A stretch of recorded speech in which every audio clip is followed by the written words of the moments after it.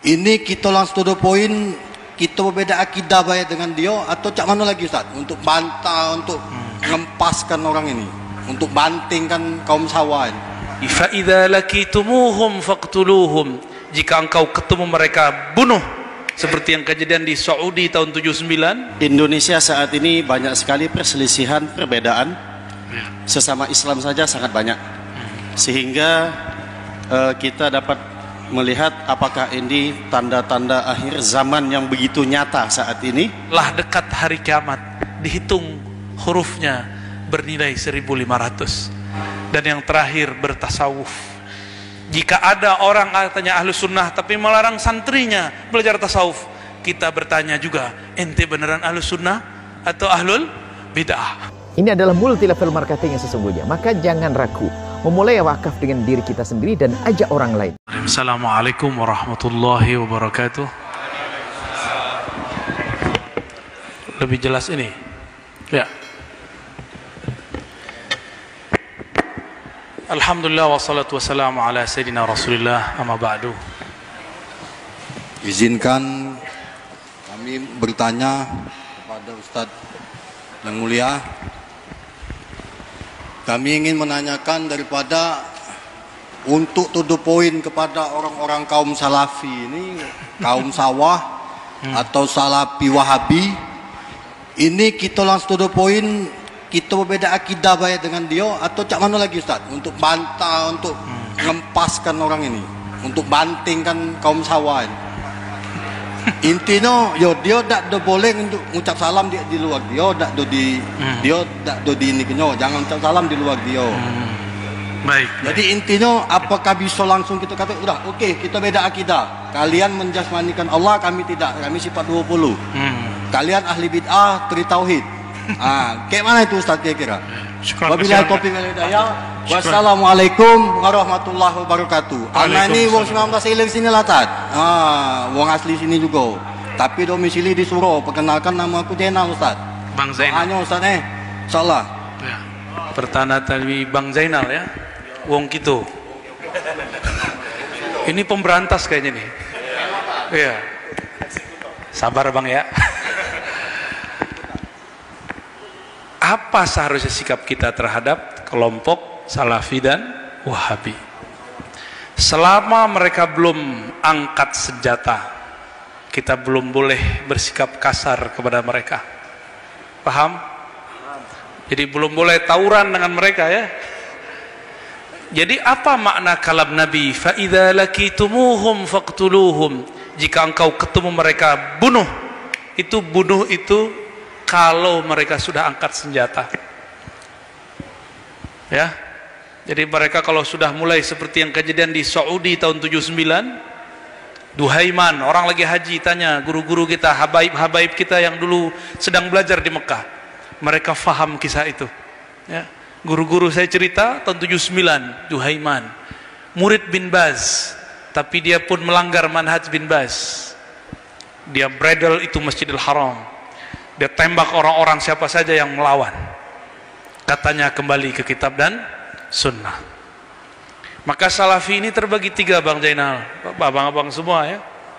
Pertama, Salafi yang masih suka ilmu, tapi ilmunya ilmu bid'ah kan wong gitu galau. Ya, mulai dari amal awal sampai akhir dibid'ahkan semua. Karena mereka membid'ahkan dengan hujjah, maka memerangi mereka pakai hujjah. Gitu ya. Idfa billati hiya ahsan, tapi siapkan hujjah yang lebih baik. Ya. Dan Imam Sya'rani berpesan, engkau balaslah mereka dengan rahmat. Jadi kita kalau mereka benci kita lawan dengan sayang.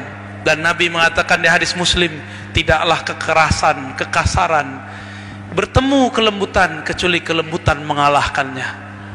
Sesekali kita galak ya, kita pinjam jubahnya Bang Zainal. Gitu Bang ya. Sesekali. Tapi jangan tiap hari. Nanti abang capek sendiri. Ya. Kenapa? Innaka la tahdi man ahbabta. Karena hidayah bukanlah engkau. Engkau hanya menyampaikan peringatan. Hidayah turun dari Al-Hadi, Allah yang maha memberi hidayah. Maka saya istighfar juga kalau saya emosi sama mereka itu ya. Jangan-jangan saya salah niat ya. Nauzubillah min dzalik. Gitu Bang Zainal ya. Selamat wong kita galuh. Assalamualaikum warahmatullahi wabarakatuh. Assalamualaikum. Nama kami Muhammad Amrullah dari Rambutan, Banyu Asin. Qala ta'ala wa ma arsalnaka illa rahmatan lil alamin. Dan kami tidak mengutus Nabi Muhammad SAW menjadi rahmat bagi semesta alam. Indonesia saat ini banyak sekali perselisihan, perbedaan. Sesama Islam saja sangat banyak. Sehingga kita dapat melihat apakah ini tanda-tanda akhir zaman yang begitu nyata saat ini. Apakah benar ada hadis yang menyatakan dunia ini hanya 15 abad lamanya sesuai dengan hadis Nabi Muhammad SAW. Mungkin begitu saja Ustadz. Terima kasih.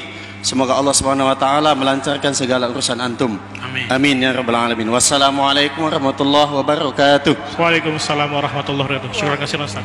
Ini yang nanya Ustadz nih kayaknya nih. Ustadz, nama antum siapa Ustadz? Muhammad Amrullah dari Rambutan, Banyu Asin. Muhammad Amrullah. Wah, nama Buya Hamka nih ya. Kakeknya Buya Hamka, Amrullah namanya. Apakah ada hadis yang menyebutkan umur umat 1500 tahun? Ada, tapi maudhu. Kan nanya hadisnya ada apa enggak? Ada, tapi palsu. Namun ulama ahli huruf, ahli ilmu adat, ahli ilmu falak mengukurnya pakai ilmu huruf. Iqtarabatis sa'ah, itu ayat sampai akhir dihitung, telah dekat hari kiamat, dihitung hurufnya bernilai 1500. Maka mereka kemudian tidak bersandar lagi dengan hadis yang palsu itu, tapi bersandar dengan kalam ahli falak. Hati-hati saja, jangan-jangan itu benar ya. Kalau saya meyakini hampir benar. Kenapa? Karena Nabi menubuatkan di akhir zaman terjadi perpecahan, dan ini adalah puncak-puncak kita berpecah. Tapi tidak usah khawatir, Al-Imam Mahdi itu nanti bukan datang memberontak. Maka ciri-ciri ahlu sunnah tidak memberontak walaupun beda dengan pemimpin mana saja. Dia paling mengkritik, menasihati. Dia paling mengkritik dan mendoakan. Dia kritik tapi dia doa. Beda dengan orang yang ngakunya ahswaja, ngakunya ahlu sunnah, tapi kemudian mengajak memberontak. Memberontak itu lebih bahaya daripada semuanya. Imam Mahdi itu nanti nggak berontak, Pak. Imam Mahdi itu nanti diminta supaya menguasai negeri, seperti Nabi dulu diminta untuk menguasai Madinah. Nabi tidak pernah melakukan kecuali futuhat. Futuh itu membawa rahmat, bukan membawa azab, bukan menghancurkan seperti yang mereka lakukan di tanah haram beberapa waktu yang lalu. Bismillahirrahmanirrahim. Assalamualaikum warahmatullahi wabarakatuh. Assalamualaikum warahmatullahi wabarakatuh. Izin bertanya Buya, apa perbedaan atau istimewaan dari sanad ahli zikir sama sanad ahli hadis? Perbedaan sanad ahli hadis, ahli riwayat dengan ahli zikir ya. Perbedaannya sangat mencolok. Ahli hadis itu mencari riwayat tabarrukan, lebih banyak kepada ngambil berkahnya. Tapi ahli zikir mengambil riwayat untuk ta'ammuqan, untuk mendalami kalimah yang diriwayatkan. Maka bagi ahli zikir cukup satu sanad, tapi bisa usul kepada Allah. Tapi ahli hadis tidak, karena ngambil berkah. Berkah bukan satu, banyak berkah di luar sana. Digabunglah ilmu itu oleh Syekh Abdul Samad Al-Falimbani. Beliau seorang muhaddis, juga seorang sufi. Orang-orang sekarang ngira Syekh Abdul Samad itu cuma sufi, padahal beliau seorang ahli hadis. Sanad hadisnya termasuk paling tinggi di dunia. Maka orang kalau punya sanad ilmu hadis ke Syekh Abdul Samad, sanadnya termasuk ali, pendek. Maka beruntunglah orang Palembang ya. Cuma sayangnya orang Palembang nggak baca lagi zikirnya Syekh Abdul Samad. Syekh Abdul Samad di dalam zikir ratib saman yang dia buat, di situ tertulis bahwa kirim tawasul, kirim Fatihah juga ada Abul Hasan Al-Asy'ari, Imam Abu Mansur Al-Maturidi. Benar nggak? Berarti akidah seorang sufi, akidah seorang ahli hadis di zamannya adalah akidah Asy'ariyah dan Maturidiyah. Itulah ahlus sunnah. Ternyata Syekh Abdul Samad berguru ke ulama Yaman namanya Murtada Zabidi, pensyarah Ihya Ulumuddin, Makanya Syekh Abdul Somad menjadi Ghazali kecil, Ghazali junior. Ilmunya Imam Ghazali turun lewat Syekh Murtada Zabidi.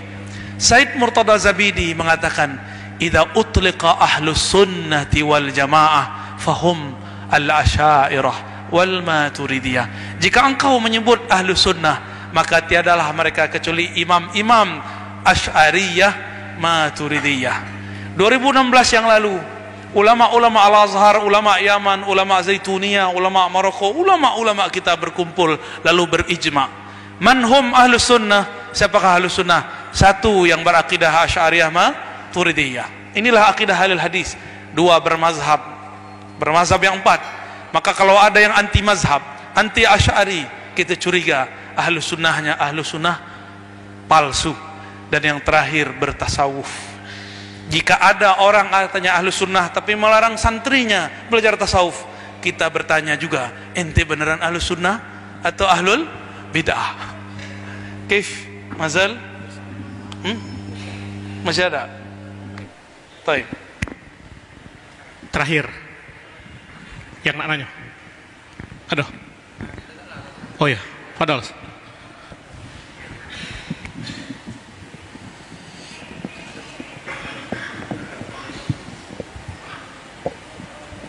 Bismillahirrahmanirrahim. Assalamualaikum warahmatullahi wabarakatuh. Syukran jazakallah Buya atas, mohon maaf sebelumnya.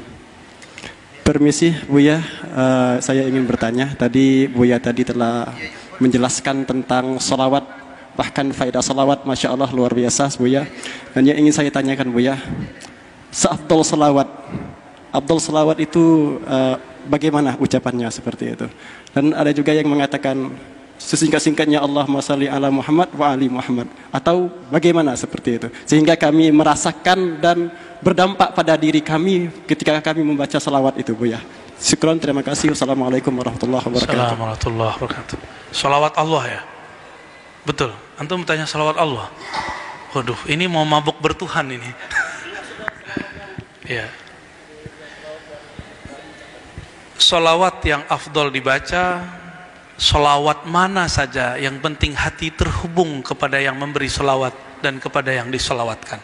Apakah lafaznya salawat Al-Fatih, apakah Ibrahimiyah, apakah Ummiyah, apakah Tibbiyah, itu sama aja. Kan intinya cuma Allah Ahad, Ahmad Muhammad. Maka hadirkan ketergantungan kolbu, ruh kita kepada Allah yang Ahad. Lalu kiblatkan jiwa kita, ruh kita kepada Sang Ahmad. Ahmad itu ruhullah. Ahmad itu adalah hembusannya rahmat Allah. Maka kita iktikadkan kita bersumber, terpercik dari cahayanya. Ingatkan itu, hadirkan rasa itu, lalu katakan Allahumma salli ala Sayyidina Muhammad.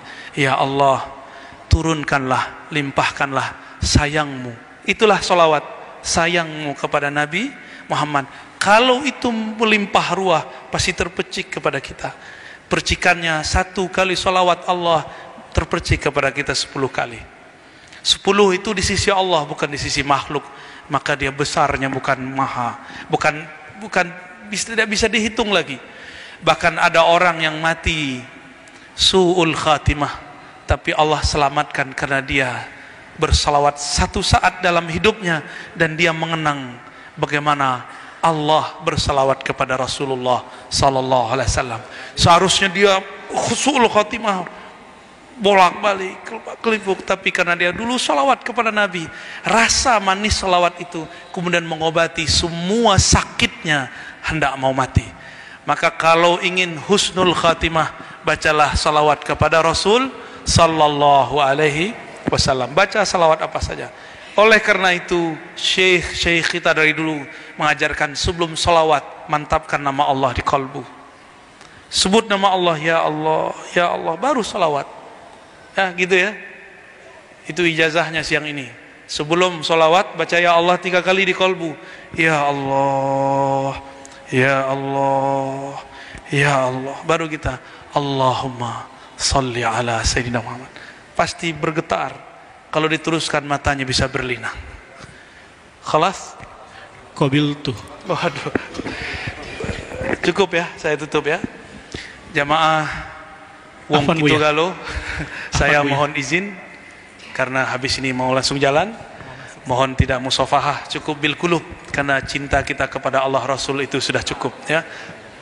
Cukup. Assalamualaikum warahmatullahi wabarakatuh. Waalaikumsalam warahmatullahi سبيل الدموع سبيل مريح تنهدى يا صاحي كي تستريح